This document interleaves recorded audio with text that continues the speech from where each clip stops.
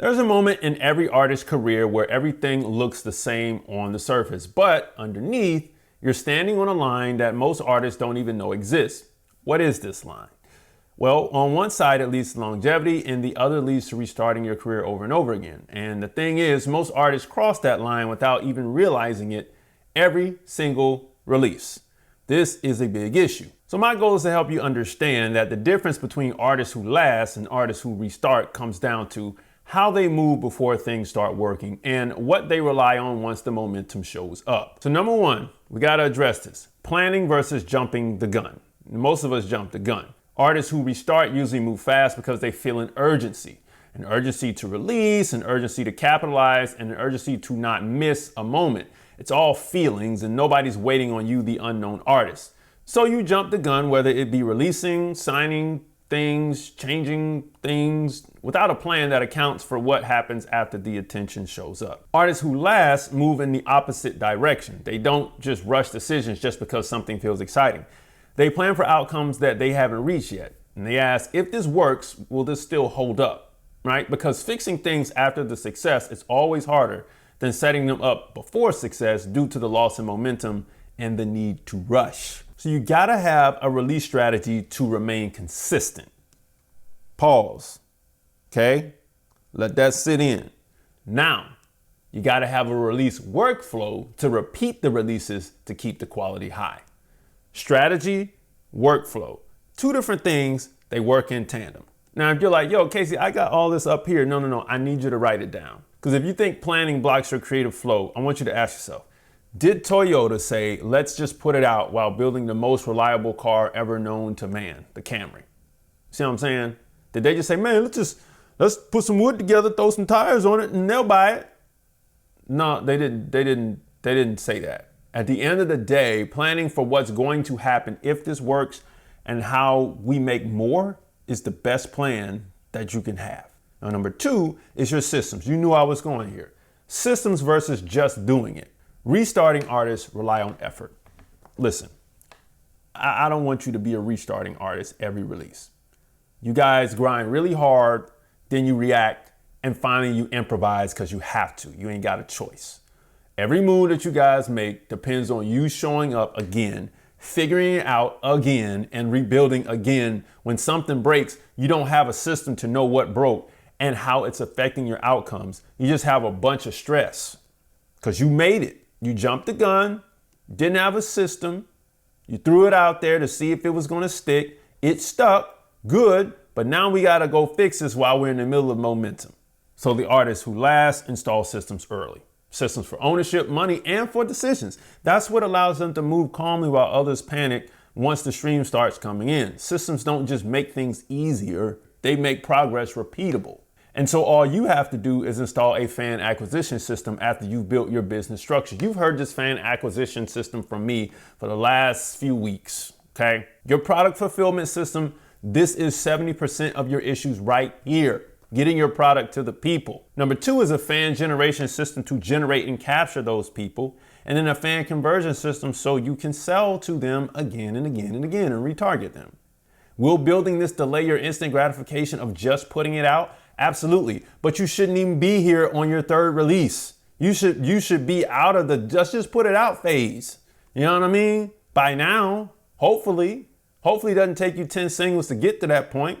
Will having these systems in place increase your revenue, staying power, and sustain you to do it again? 100%. At the end of the day, you own a business, and it's up to you to turn your hustle into a business. So let's recap for a second. So far, we've covered planning and systems. But the next part is where most artists and their teams lose, and that is maintenance. So stay with me. Now, if you need a strong business foundation to run your record label with funding, grab my 60-day record label system, complete with my funding partners to fund some of this structure that you're going to create. Number three, maintenance, maintaining versus that rebuilding stuff that you've been doing. Rebuilding is expensive. You can't see it at first, but it is. Not just financially, but emotionally. If you're restarting every single release, trying to figure out what the system is, you probably feel like you're catching up to yourself each time, fixing mistakes and undoing shortcuts while reclaiming the control you just had. I mean, It's like, that's why us YouTubers exist, to let you know where we came from. Artists who last focus on maintenance, if any, which is just a small adjustment with some reinforcements and protection. They're not constantly tearing things down and starting over because their foundation was built to hold up to the pressure that they expected to get. Maintenance keeps momentum alive. Rebuilding it kills it. Now, once you complete steps 1 and 2 of this video, all you have to do is optimize them. Number 1, optimize the workflows. Number 2, optimize the fan acquisition system. That's it. Optimizing is way easier than saying, maybe I'll try it this way next time to see if it works better. At the end of the day, speed means everything to growth in this business. And the last thing you'll want to do is speed without stability, because then you can crash and burn. We don't want that to happen. So write this down and answer these questions. This is the challenge of the day. If my next release actually works, what will break first in my business? Let that sink in. Number 2, what part of my music career only works because I'm personally forcing it to work? And then number 3 is, what am I rebuilding every release that should have been systemized and maintained instead? See what I'm saying?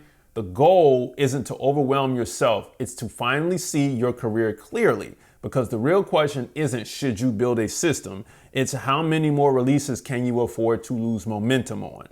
See what I mean? See where I'm going with this? You see how this makes sense? If you don't want to figure this out alone, book a call with me or join our group strategy calls every Monday night at 7 p.m. Eastern Standard Time inside the Music Moneymakers community. Click below to join or book right now today. Now, with all that being said, you're probably thinking 1 or 3 things. If I slow down and plan, I'll lose momentum. But you only lose momentum when success exposes weak structure. Or I'll build the systems later once the money shows up, but the money doesn't fix chaos, it just magnifies it, and it usually doesn't show up because the system isn't there. Or I just need one moment to work.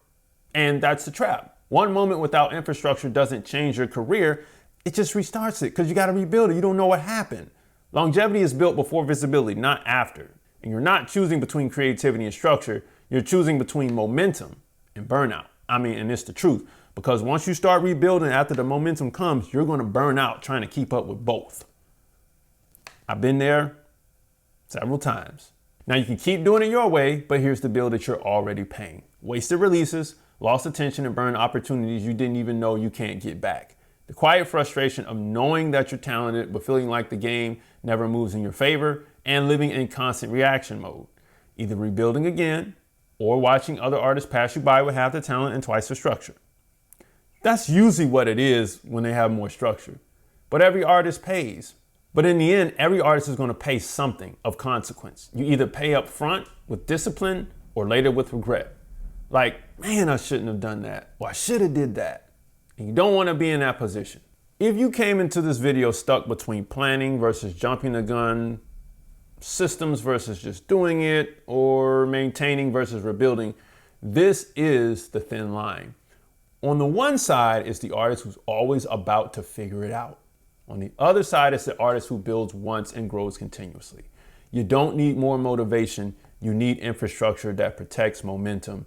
And that's exactly what we build inside the Music Moneymakers or one-on-one with you. Point blank, period. You don't have to struggle, you don't have to figure it out. Growth works with speed and stability. So Music Moneymakers, if you make music, you should always make money. Log on to musicmoneymakeover.com, grab the 60-day record label system complete with my funding partners, book a call, join the Music Moneymakers community, grab the free stuff below, and watch this next video right over here to save your career. And I'll see you next time. Peace.